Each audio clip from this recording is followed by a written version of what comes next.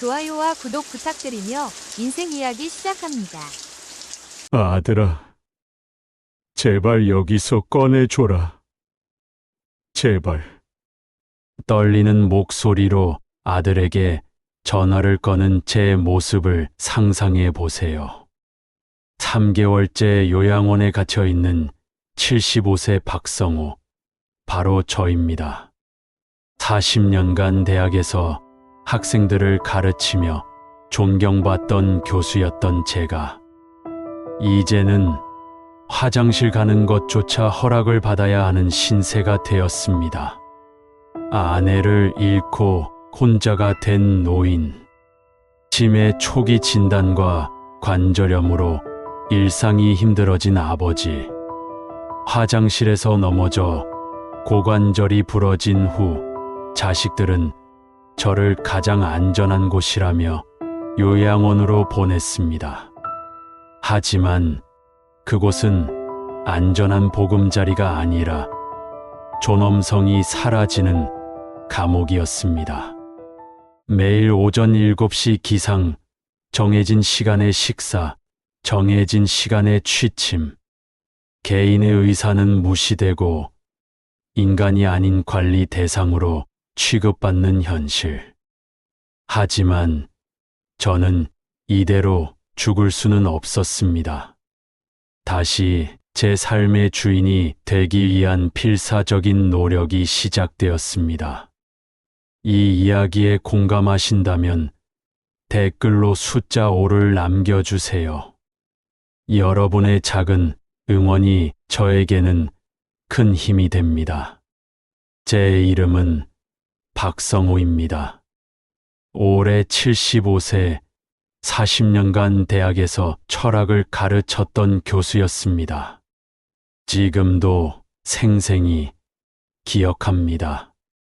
강단에 서서 학생들에게 인간의 존엄성이란 무엇인가에 대해 열정적으로 설명하던 그 시절을 말입니다.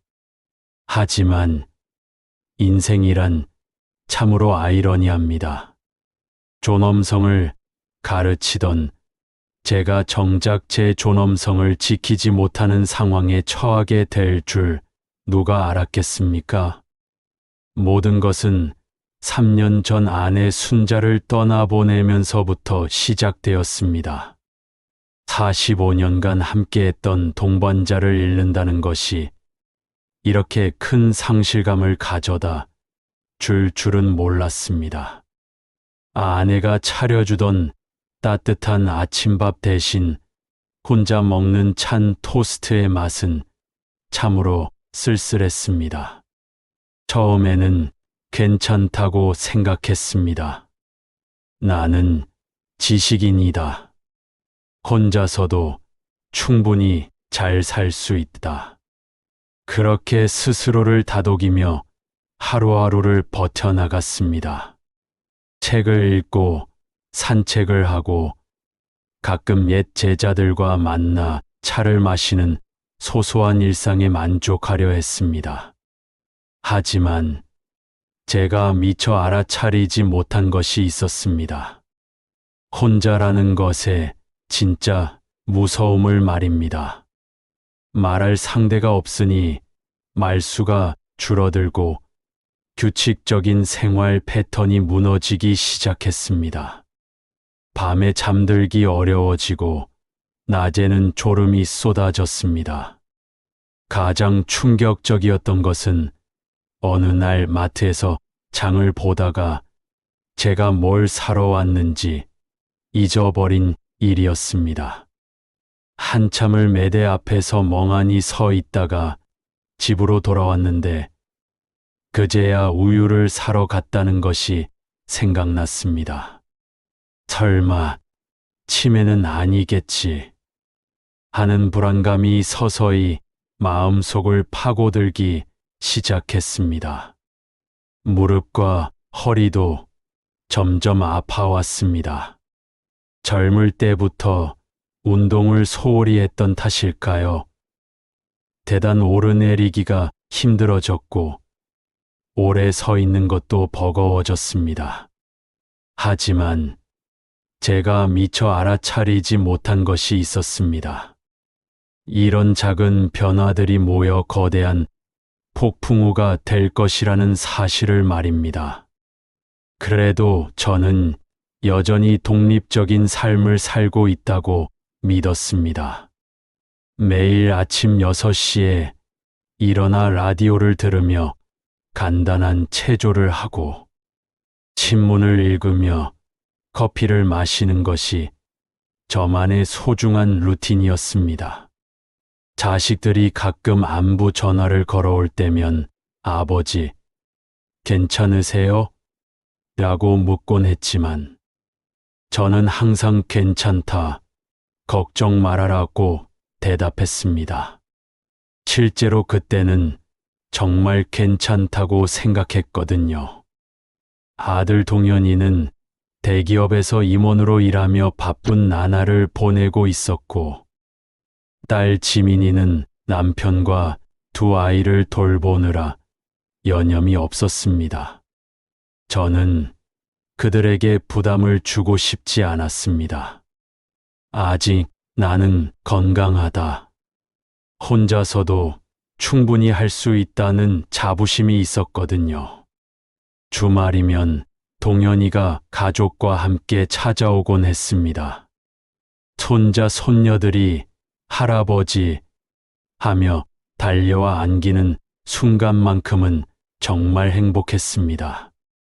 며느리가 정성스럽게 차려온 반찬을 나눠 먹으며 가족의 따뜻함을 느꼈습니다. 아버지, 정말 괜찮으세요? 우리와 함께 사시는 게 어떨까요? 지민이가 조심스럽게 물어올 때면 저는 단호하게 고개를 저었습니다. 무슨 소리냐? 나는 아직 멀쩡하다. 너희들 각자 살길 바쁘니 나까지 신경 쓰지 말아라. 여러분도 그런 경험 있으시죠? 자존심과 실제 능력 사이에서 애매한 줄타기를 하는 순간 말입니다. 그런데 조금씩, 정말 조금씩 이상한 일들이 생기기 시작했습니다. 가스레인지를 켜놓고 잠깐 깜빡하는 일이 늘어났습니다. 약을 먹었는지 안 먹었는지 헷갈리는 날이 많아졌습니다. 밤에 화장실을 가려다가 어지러워서 벽에 기대는 일도 있었습니다. 하지만 저는 이런 일들을 단순한 노화 현상이라고 치부했습니다. 나이 들면 다들 이런 거 아니야? 하면서 대수롭지 않게 생각했죠.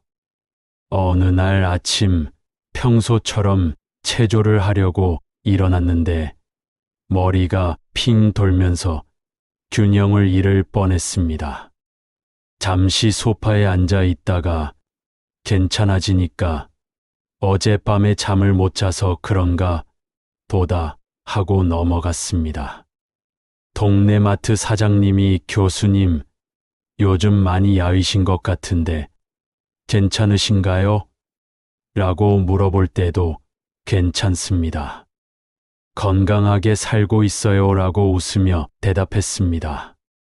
하지만 거울 속 제 모습은 점점 초라해져 가고 있었습니다. 한 달에 3kg씩 살이 빠지고 있었는데 저는 나이 들면 원래 말라간다며 자신을 위로했습니다. 그런데 하지만 제가 미처 깨닫지 못한 것이 있었습니다. 이 모든 평범한 일상이 한순간에 무너져 버릴 수 있다는 사실을 말입니다. 그날은 평범한 화요일 오후였습니다. 점심을 먹고 잠깐 낮잠을 자려다가 화장실에 가고 싶어졌습니다. 지금 생각해 보니 그 순간이 제 인생을 완전히 바꿔놓은 분기점이었습니다. 평소보다 어지러움이 심했지만 별일 아니라고 생각했습니다. 화장실 문고리를 잡고 일어서는 순간 갑자기 눈앞이 캄캄해지면서 중심을 잃었습니다. 하는 순간 제 몸은 이미 바닥을 향해 떨어지고 있었습니다. 쾅! 둔한 소리와 함께 제 오른쪽 엉덩이에 극심한 통증이 몰려왔습니다. 비명을 지르며 바닥에 쓰러진 저는 일어날 수가 없었습니다. 오른쪽 다리에 전혀 힘이 들어가지 않았고, 조금만 움직이려고 해도 뼈가 부러지는 듯한 아픔이 온몸을 파고들었습니다. 누구 좀 도와주세요. 큰 소리로 외쳤지만 이웃집에 누가 있는지도 모르는 상황이었습니다. 휴대전화는 침실 침대 위에 있었고 집 전화기는 거실에 있었습니다. 화장실 바닥에 쓰러진 채로 아무것도 할 수 없었습니다. 시간이 얼마나 흘렀는지 모르겠습니다. 30분인지 1시간인지. 그렇게 바닥에 누워있는 동안 제 머릿속에는 온갖 생각들이 스쳐 지나갔습니다. 이러다가 죽는 건 아닐까? 아내야, 나도 이제 내 곁으로 가는 건가? 다행히 그날 저녁에 지민이가 반찬을 가져다 주러 왔습니다. 아버지, 왜 전화를 안 받으세요? 현관문을 열고 들어온 지민이가 화장실에서 신음하는 제 목소리를 듣고 달려왔습니다. 아버지, 어떻게 된 일이에요? 지민이의 얼굴이 하얗게 질려서는 즉시 119에 신고했습니다. 여보, 아버지가 넘어지셨어요. 빨리 병원으로! 실려간 재계 의사는 냉정하게 말했습니다. 고관절 골절입니다. 수술이 필요하고 최소 3개월은 재활 치료를 받으셔야 합니다. 그 순간 제 머릿속이 하얗게 변했습니다. 수술 후 며칠 동안은 침대에서 일어날 수조차 없었습니다. 간병인의 도움을 받아 기저귀를 착용해야 했고, 식사도 누워서 받아 먹어야 했습니다. 45년간 학생들 앞에서 당당히 서서 강의하던 제가 이렇게 무력한 존재가 될 줄이야. 동현이와 지민이는 매일 병원으로 찾아와 저를 돌봤습니다. 하지만 그들의 대화를 듣고 있자니 가슴이 답답해 왔습니다. 아버지 혼자 계시기엔 너무 위험해요. 지민이가 걱정스러운 목소리로 말했습니다. 그렇다고 우리 집으로 모셔올 수도 없고, 내 아파트는 계단이 많아서 아버지가 생활하기 힘들어.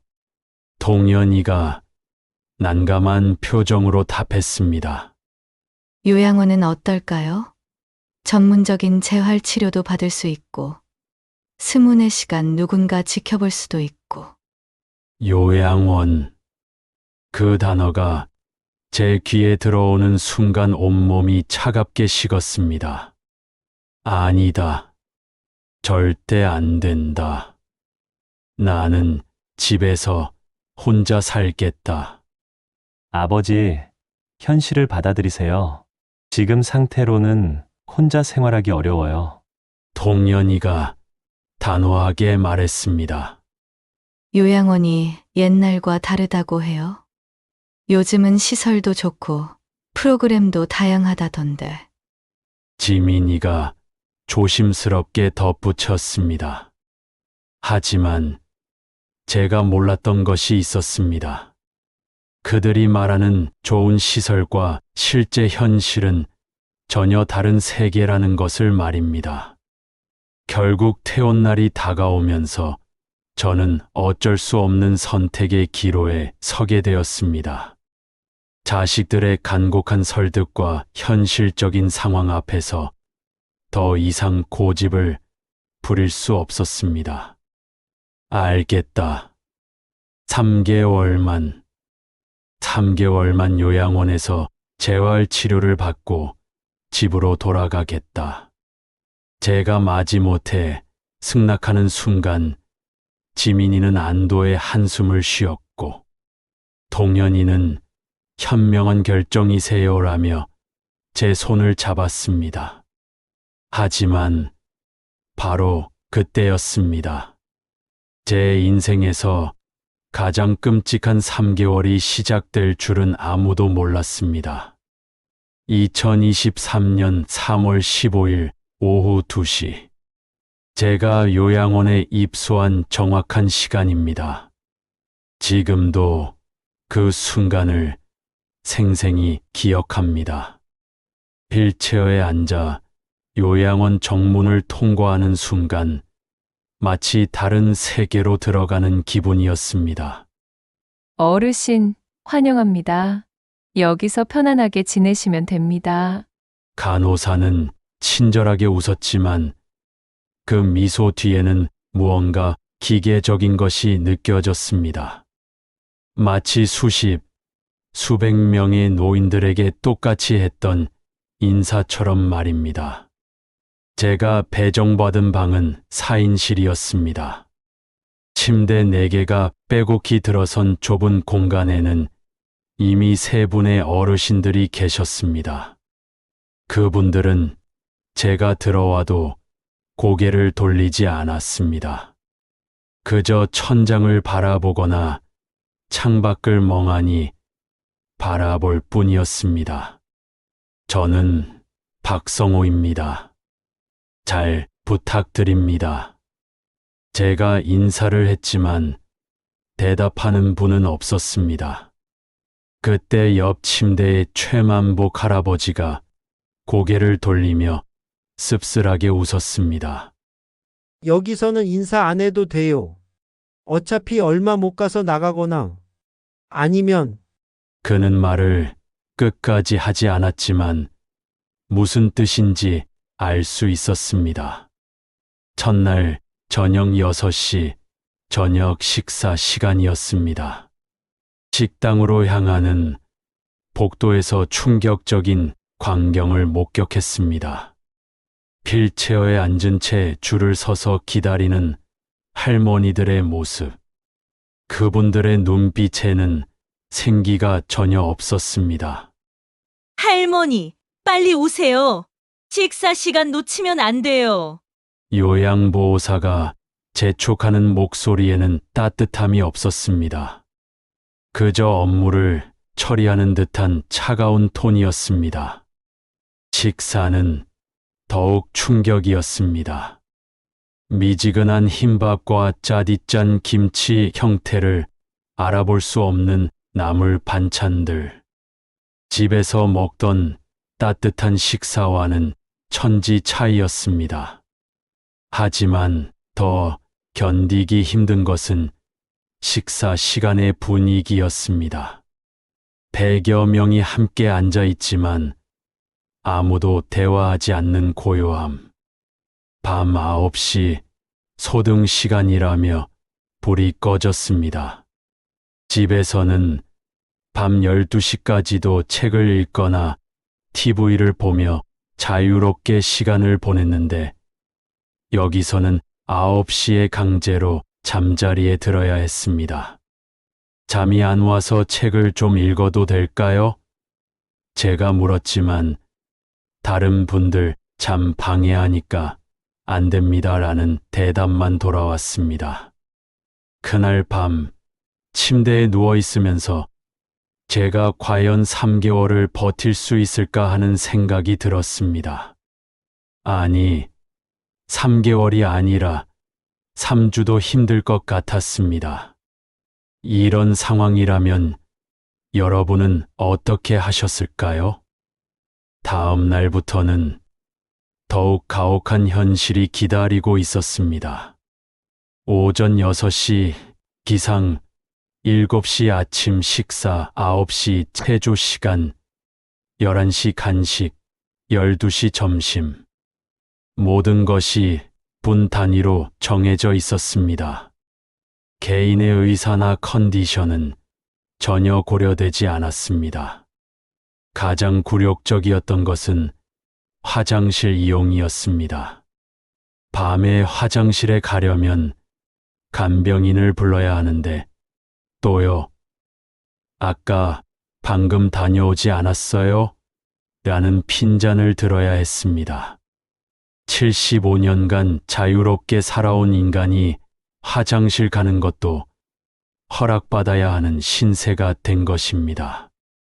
일주일이 지나고 2주일이 지나면서 저는 서서히 무너져가는 것을 느꼈습니다. 아침에 눈을 떠도 일어나고 싶지 않았고 식사를 해도 맛이 없었습니다. 무엇보다 끔찍했던 것은 점점 생각하는 것을 포기하게 된다는 점이었습니다. 어차피 내 의견은 아무도 듣지 않는다. 그냥 시키는 대로 하자.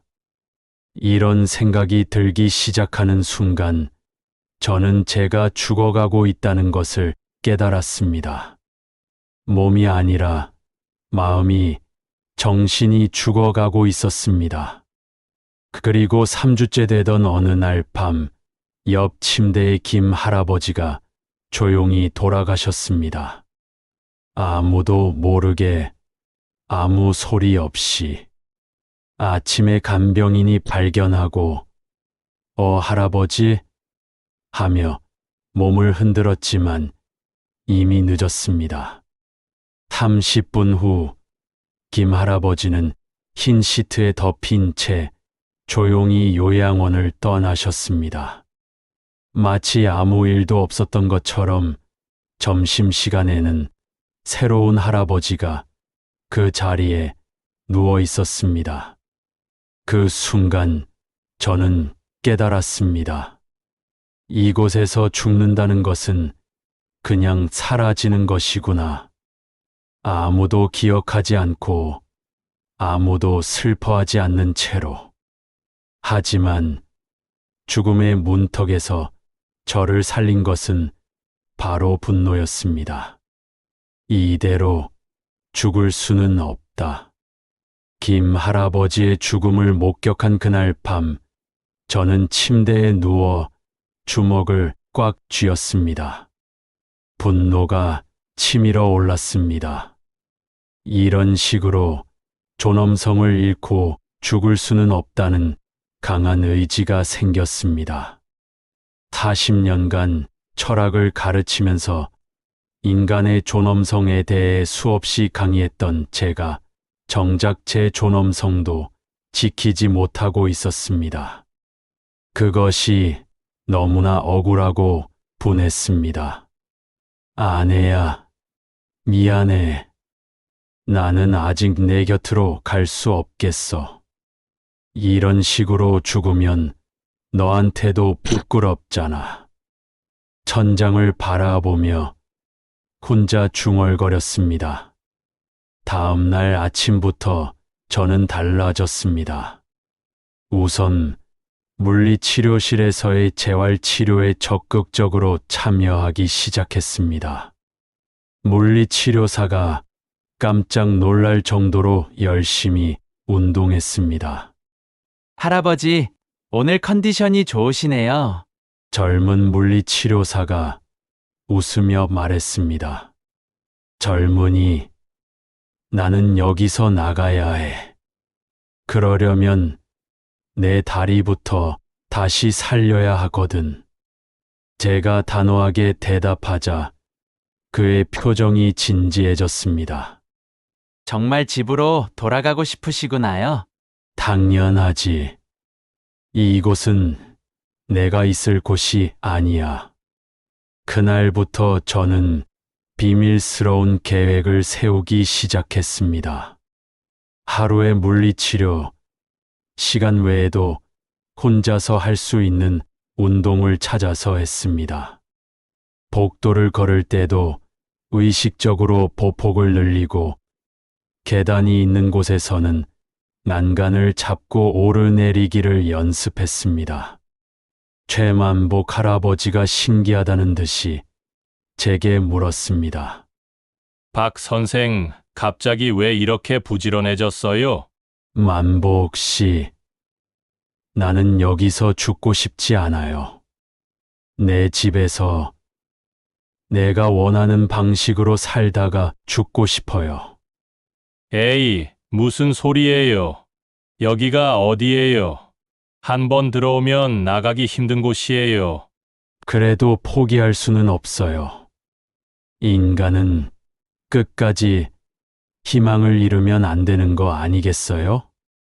제 말에 최만복 할아버지의 눈이 조금씩 달라지는 것을 느꼈습니다. 오랫동안 잃어버렸던 무언가가 그의 눈에 다시 생기는 것 같았습니다. 2주 후 저는 지팡이를 짚고 혼자 걸을 수 있게 되었습니다. 물리치료사도 놀랄 만큼 빠른 회복이었습니다. 할아버지, 의지가 정말 중요하네요. 이 정도면 일상생활에는 큰 지장이 없으실 것 같은데요. 바로 그때였습니다. 저에게 새로운 희망이 찾아온 순간이 말입니다. 어느 날 오후 요양원에 자원봉사를 나온 젊은 여성이 있었습니다. 그녀는 다른 자원봉사자들과 달랐습니다. 어르신들과 대화할 때 진심으로 귀 기울였고 눈을 맞추며 이야기했습니다. 할아버지는 원래 무슨 일을 하셨어요? 그녀가 제게 물었습니다. 대학에서 철학을 가르쳤었지. 와, 교수님이셨구나. 그럼 여기 계시기가 많이 답답하시겠어요. 그 한마디에 저는 눈물이 날 뻔했습니다. 3개월 만에 처음으로 저를 인간으로 개별적인 존재로 봐주는 사람을 만난 것이었습니다. 그런데 정말 여기서만 지내셔야 하는 건가요? 집에서 도움을 받으며 사시는 분들도 많은데. 그런 방법이 있나? 네. 방문 요양 서비스라고 해서 집으로 요양보호사가 찾아가는 제도가 있어요. 몸이 많이 회복되신 것 같은데 가족분들과 상의해 보세요. 그녀의 이름은 이서연. 사회복지사로 일하며 주말마다 자원봉사를 나온다고 했습니다. 그녀가 건네준 명함에는 방문 요양 전문이라고 적혀 있었습니다. 그날 밤, 저는 오랜만에 희망에 부풀어 잠을 이룰 수 없었습니다. 집으로 돌아갈 수 있다. 내 방에서, 내 침대에서 잠들 수 있다. 다음 날 아침, 저는 동현이에게 전화를 걸었습니다. 아들아, 아빠가 집으로 돌아가고 싶다.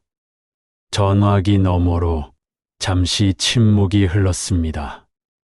동현이가 당황하고 있다는 것을 알 수 있었습니다. 아버지, 갑자기 무슨 말씀이세요? 거기서 잘 지내고 계신다고 하셨잖아요. 잘 지낸다고? 아들아, 아빠가 거짓말했어. 여기는 사람이 살 곳이 아니야. 저는 그동안 참았던 이야기를 쏟아내기 시작했습니다. 인간, 취급받지 못하는 현실, 존엄성을 잃고 살아가는 어르신들의 모습, 그리고 조용히 사라져버린 김할아버지 이야기까지. 아버지, 그런데 현실적으로 동현아, 아빠가 3개월 동안 열심히 재활치료 받았어. 이제 지팡이 짚고 혼자 걸을 수 있고 일상생활도 할 수 있어. 방문 요양 서비스라는 것도 있다더구나. 방문 요양 서비스요? 저는 이서연 씨에게 들었던 이야기를 자세히 설명했습니다. 집에서 생활하면서 필요할 때마다 전문 요양보호사의 도움을 받을 수 있는 제도라고. 많은 분들이 응원해 주신 덕분에 용기를 낼 수 있었습니다. 여러분들의 댓글 하나하나가 제게는 큰 힘이 되었거든요. 며칠 후 동현이와 지민이가 함께 요양원으로 찾아왔습니다. 두 사람의 표정이 어두웠습니다. 아버지, 정말 힘들어하고 계셨구나. 지민이가 제 손을 잡으며 말했습니다. 아빠, 미안해요. 아버지 마음을 제대로 헤아리지 못했어요. 동현이도 눈시울이 붉어졌습니다. 괜찮다, 얘들아. 너희도 최선을 다한 거잖아. 이제 아빠가 다른 방법을 찾아보자고. 그날 저희는 이서연 씨를 만났습니다. 그녀는 저희 상태를 자세히 평가한 후 말했습니다. 어르신 상태로는 충분히 제가 요양이 가능할 것 같아요. 주 3회 정도 방문해서 건강관리, 가사 도움, 병원 동행 등을 도와드릴 수 있습니다. 정말인가요? 제가 믿기지 않는다는 듯이 물었습니다.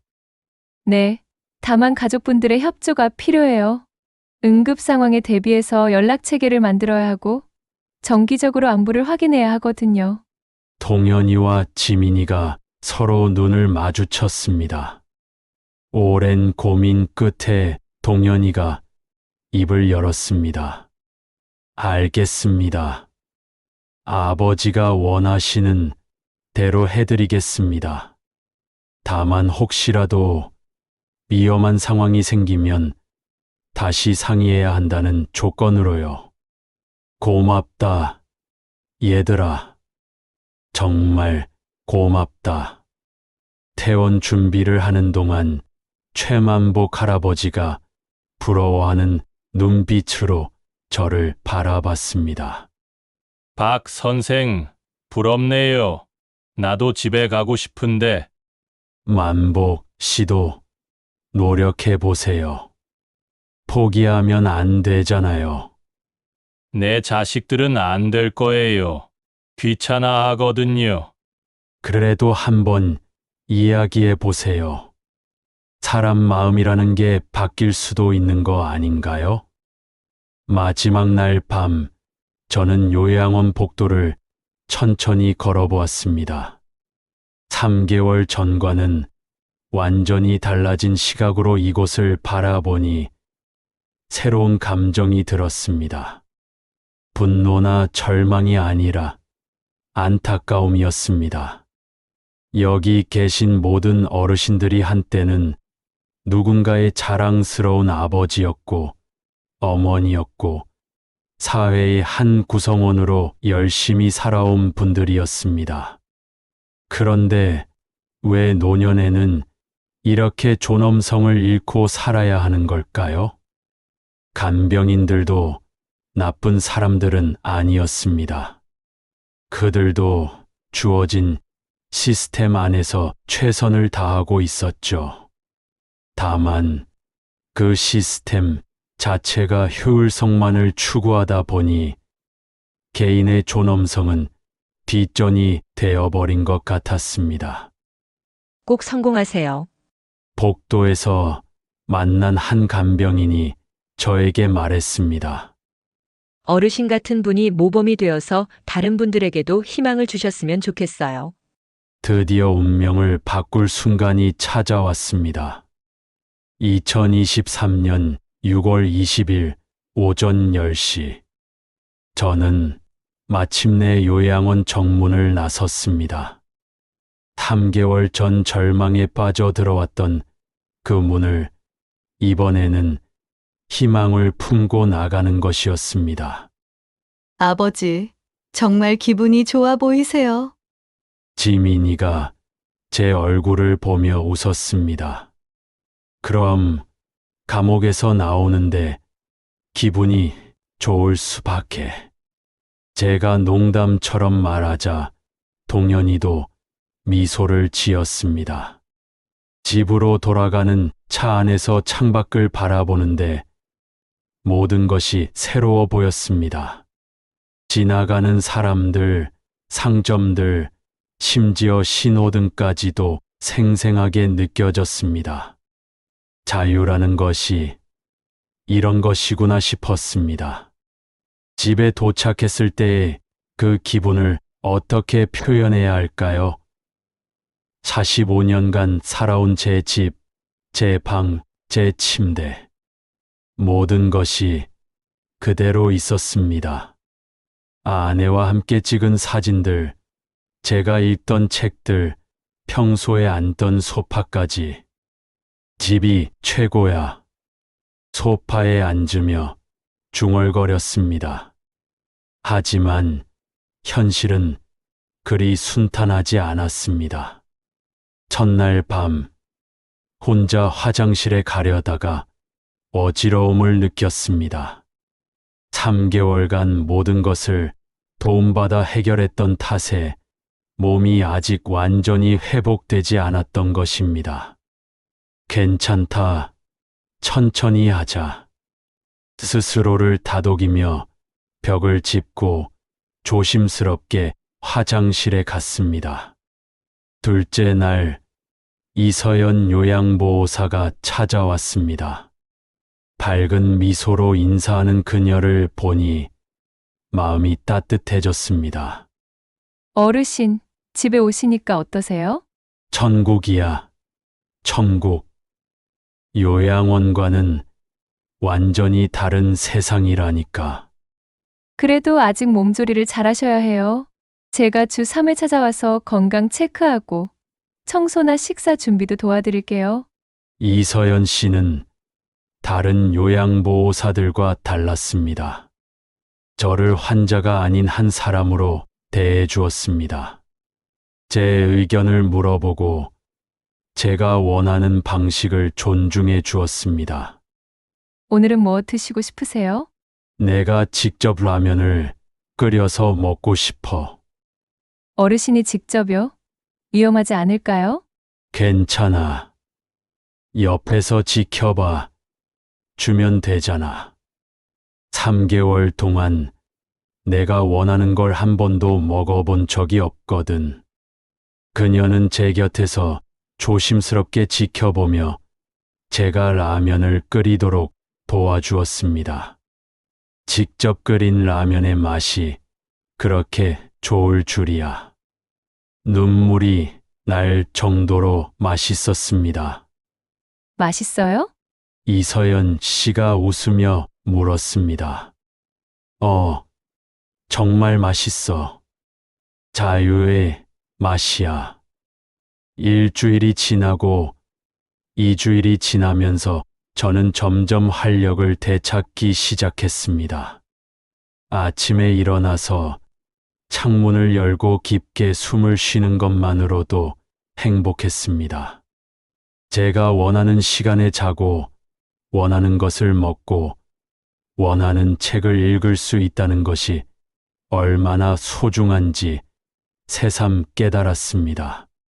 한 달 후, 동현이가 깜짝 놀라며 말했습니다. 아버지, 완전히 다른 사람이 되신 것 같아요. 목소리도 힘이 있고 표정도 밝아지셨어요. 그럼 사람이 자기가 원하는 대로 살 수 있으니까 그렇지. 요양원에 계실 때와는 정말 다르네요. 그때는 살아있는 게 아니라 버텨내고 있었던 거야. 지금은 살고 있는 거고. 2개월 후에는 더욱 놀라운 일이 일어났습니다. 최만복 할아버지에게서 전화가 왔습니다. 박 선생, 나도 집으로 나왔어요. 정말이요? 어떻게 된 거예요? 선생님 이야기를 듣고 내 딸에게 정말 간절히 부탁했어요. 처음에는 안 된다고 했는데 계속 설득해서 결국 허락을 받았어요. 지금 딸네 집 근처 작은 원룸에서 혼자 살고 있어요. 축하해요. 기분이 어때요? 선생님 말이 맞았어요. 사람은 자유로워야 해요. 여기서 혼자라면 끓여 먹는 것만으로도 행복해요. 바로 그때였습니다. 제가 깨달은 것이 있었습니다. 제 경험이 다른 사람들에게도 희망을 줄 수 있다는 사실을 말입니다. 3개월 후, 저는 이서연 씨의 도움을 받아 작은 글을 쓰기 시작했습니다. 요양원에서의 경험과 집으로 돌아온 이후의 변화에 대한 이야기였습니다. 어르신, 이 글 정말 많은 사람들이 읽어봤으면 좋겠어요. 비슷한 상황에 계신 어르신들과 그 가족분들에게 희망을 줄 것 같아요. 그래. 그럼 정말 뿌듯하겠는데. 그 글을 인터넷에 올렸더니 예상 외로 많은 반응이 있었습니다. 댓글들을 읽어보니 저와 비슷한 경험을 하신 분들, 부모님을 요양원에 모신 후 죄책감에 시달리는 자녀분들, 그리고 제 이야기에 용기를 얻어 변화를 시도하려는 분들이 많았습니다. 선생님, 덕분에 저희 아버지도 집으로 모실 용기가 생겼어요. 어머니가 요양원에서 우울해하시는데 이 글을 보고 다른 방법을 찾아보려고 해요. 이런 댓글들을 볼 때마다 제가 겪었던 고생이 헛되지 않았다는 생각이 들었습니다. 제 경험이 누군가에게는 등대 같은 역할을 하고 있었던 것입니다. 몇 개월 후 놀라운 소식이 들려왔습니다. 제가 있었던 그 요양원에서 시스템을 개선하겠다고 발표한 것입니다. 어르신들의 개별적 요구를 더 많이 반영하고 가족과의 소통을 늘리며 무엇보다 어르신들의 의견을 존중하는 방향으로 바꾸겠다는 내용이었습니다. 혹시 제 글 때문인가요? 이서연 씨에게 물었습니다. 아마 그런 것 같아요. 어르신 글이 화제가 되면서 많은 사람들이 요양원의 현실에 관심을 갖기 시작했거든요. 그 순간 저는 깨달았습니다. 개인의 작은 용기가 사회 전체를 변화시킬 수 있다는 것을. 포기하지 않고 끝까지 싸운 결과가 저뿐만 아니라 다른 많은 어르신들에게도 도움이 되고 있었던 것입니다. 1년 후, 저는 완전히 새로운 삶을 살고 있었습니다. 매일 아침 6시에 일어나 가벼운 운동을 하고 아내의 사진에 안부 인사를 한 다음 하루를 시작합니다. 이서연 씨의 도움으로 건강관리도 체계적으로 하고 있고 동현이와 지민이도 정기적으로 안부를 확인합니다. 가장 큰 변화는 제가 다른 어르신들에게 조언을 해드리는 역할을 하게 된 것입니다. 온라인과 오프라인에서 저와 비슷한 상황에 계신 분들을 만나 이야기를 나누고 용기를 북돋아 드리는 일을 하고 있습니다. 박 교수님, 정말 고맙습니다. 아버지가 교수님 글을 읽고 용기를 내어서 지금 집에서 행복하게 지내고 계세요. 한 중년 여성이 제게 감사 인사를 전했습니다. 아니에요. 제가 더 고마워요. 제 경험이 도움이 되니까 뿌듯하네요. 지난주에는 더욱 뜻깊은 일이 있었습니다. 제가 있었던 요양원에서 저를 특별 강연자로 초청한 것입니다.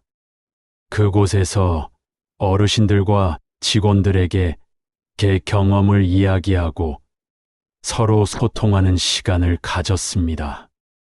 선생님, 정말 대단하세요. 저희도 많이 배웠어요. 그곳 원장님이 말씀하셨습니다. 대단할 게 뭐 있어요. 그냥 포기하지 않았을 뿐이에요. 강연을 마치고 나오는데 한 할머니가 제게 다가오셨습니다. 선생님, 저도 집에 가고 싶은데 용기가 안 나요. 할머니, 일단 가족분들과 이야기해 보세요. 제가 겪어보니 생각보다 많은 방법이 있더라고요. 정말 그럴까요? 네, 포기하지 마세요. 끝까지 노력해 보시면 길이 열릴 거예요. 그 할머니의 눈에 작은 희망의 불씨가 타오르는 것을 볼 수 있었습니다. 요즘 저는 작은 책을 쓰고 있습니다. 제목은 75세에 되찾은 자유입니다. 제 경험담을 통해 노인의 존엄성과 선택권에 대해 이야기하는 책입니다. 이서연 씨가 편집을 도와주고 있고 동현이가 출간을 위한 절차를 밟아주고 있습니다. 아버지, 정말 자랑스러워요. 아버지의 용기가 많은 사람들에게 희망을 주고 있어요. 지민이가 말했습니다. 나도 이렇게 보람 있는 일을 할 수 있어서 행복해. 아내도 하늘에서 기뻐할 거야. 최만복 할아버지와는 일주일에 한 번씩 만나 차를 마시며 근황을 나눕니다. 그분도 이제 혼자 생활하시는데 완전히 적응하셨고, 오히려 요양원에 있는 다른 어르신들을 도와주는 봉사활동을 하고 계십니다. 박 선생 덕분에 인생 2막을 시작했네요. 그분이 웃으며 말씀하십니다. 우리 모두 덕분이죠. 서로 힘을 주고받았으니까요. 어제는 정말 기뻤던 일이 있었습니다. 손자가 대학에 합격해서 온 가족이 축하 자리를 가졌는데 손자가 제게 말했습니다. 할아버지, 저도 할아버지처럼 용기 있는 사람이 되고 싶어요. 손자야, 용기라는 게 거창한 게 아니야. 옳다고 생각하는 일을 포기하지 않는 것, 그게 용기란다. 지금 저는 77세입니다. 2년 전 요양원에서 절망에 빠져 있던 75세의 저와는 완전히 다른 사람이 되었습니다. 몸은 여전히 불편하지만 마음은 어느 때보다 자유롭고 평화롭습니다. 매일 아침 거울을 볼 때마다 스스로에게 말합니다. 성호야, 오늘도 내가 원하는 대로 살아라. 그것이 진짜 살아있는 거야. 아내 순자의 사진을 보며 말합니다. 여보, 나 이제 당당하게 살고 있어. 우리가 꿈꿨던 존엄한 노년을 보내고 있다고. 인생은 끝까지 모르는 것 같습니다. 절망의 순간에도 포기하지 않으면 새로운 길이 열린다는 것을 몸소 체험했습니다. 저처럼 어려운 상황에 계신 모든 어르신들에게 말씀드리고 싶습니다. 포기하지 마세요. 당신에게도 선택할 권리가 있습니다. 당신의 인생은 끝까지 당신의 것입니다. 여러분, 긴 이야기를 끝까지 들어주셔서 정말 고맙습니다. 박성호 할아버지의 이야기는 단순한 개인의 경험을 넘어 우리 사회가 고민해야 할 중요한 문제를 담고 있습니다. 노인의 존엄성, 선택권, 그리고 진정한 돌봄이 무엇인지에 대한 깊은 성찰을 주는 이야기였습니다. 이 이야기가 우리에게 주는 교훈은 무엇일까요? 첫째, 건강할 때의 준비입니다. 박성호 할아버지처럼 갑작스러운 사고나 질병으로 어려움에 처하기 전에 우리는 미리 준비해야 합니다. 꾸준한 운동, 정기적인 건강검진, 그리고 무엇보다 인간관계를 잘 관리하는 것이 중요합니다. 둘째, 포기하지 않는 의지입니다. 아무리 절망적인 상황이라도 끝까지 포기하지 않으면 반드시 길이 보인다는 것을 할아버지의 이야기가 보여주었습니다. 나이가 들었다고 몸이 불편하다고 해서 모든 것을 체념할 필요는 없습니다. 셋째, 진정한 효도에 대한 성찰입니다. 부모님을 안전한 곳에 모시는 것만이 효도는 아닙니다. 부모님의 마음과 의사를 존중하고 존엄성을 지켜드리는 것이 진정한 효도가 아닐까 생각해 봅니다. 마지막으로 사회적 관심과 변화의 필요성입니다. 한 개인의 작은 목소리가 사회 전체의 변화를 이끌어낼 수 있다는 것을 이 이야기가 보여주었습니다. 지금 이 순간에도 요양원에서 혹은 어려운 상황에서 힘들어하고 계실 많은 어르신들이 계실 것입니다. 이 이야기가 그분들에게 작은 희망과 용기가 되었으면 좋겠습니다. 또한 부모님을 모시고 계신 모든 자녀분들에게도 깊은 생각의 시간이 되었으면 합니다. 진정한 사랑이 무엇인지, 어떻게 해야 부모님이 행복하실 수 있는지 함께 고민해보는 계기가 되었으면 좋겠습니다. 이 이야기에 공감하셨다면 댓글로 여러분의 생각을 나누어 주세요. 여러분의 소중한 의견과 경험이 더 많은 사람들에게 도움이 될 것입니다. 그리고 주변에 비슷한 상황에 계신 분들이 있다면 이 이야기를 공유해 주세요. 작은 관심과 나눔이 누군가에게는 큰 희망이 될 수 있습니다. 구독과 좋아요는 더 많은 의미 있는 이야기를 전해드리는 큰 힘이 됩니다. 우리 모두가 존엄하고 행복한 노년을 보낼 수 있는 사회가 되기를 소망하며 다음에 더욱 감동적인 이야기로 찾아뵙겠습니다. 여러분, 오늘도 건강하시고 행복한 하루 되세요. 감사합니다.